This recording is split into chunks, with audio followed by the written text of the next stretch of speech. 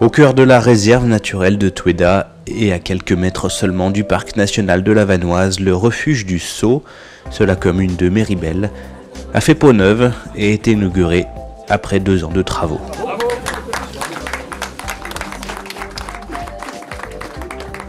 Objectif, proposer un refuge remis aux normes, plus fonctionnel et mieux adapté aux demandes du public d'aujourd'hui. On a 2 sortes de demi-pensions. On a une demi-pension qui va être où il demande un dortoir. Donc dans ce cas-là, on peut cumuler les familles ensemble. Et là, on a un tarif.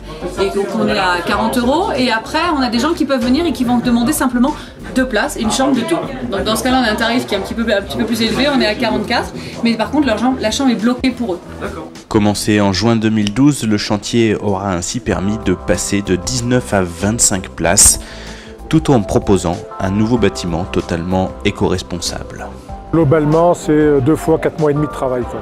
Voilà.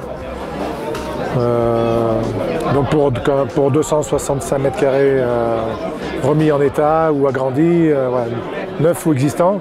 L'existant n'a pas gardé grand-chose en fin de compte. On a gardé le soubassement et le volume des murs du bas. La toiture a été rehaussée pour retrouver des volumes et on a gardé aussi le chalet d'hiver. Le refuge n'était plus aux normes et c'était une véritable destination de proximité. Un endroit où on pouvait monter avec les enfants, venir manger une omelette, on pouvait dormir, mais tout ça n'était plus confortable. Donc c'était surtout pour prolonger l'envie de donner à des familles et à des enfants de découvrir la montagne, parce qu'il y a une éducation à faire avec les enfants.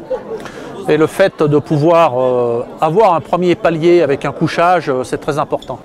Mené avec un budget de 2 millions d'euros, ce chantier a pu être soutenu par le département de la Savoie à hauteur de 50% des financements.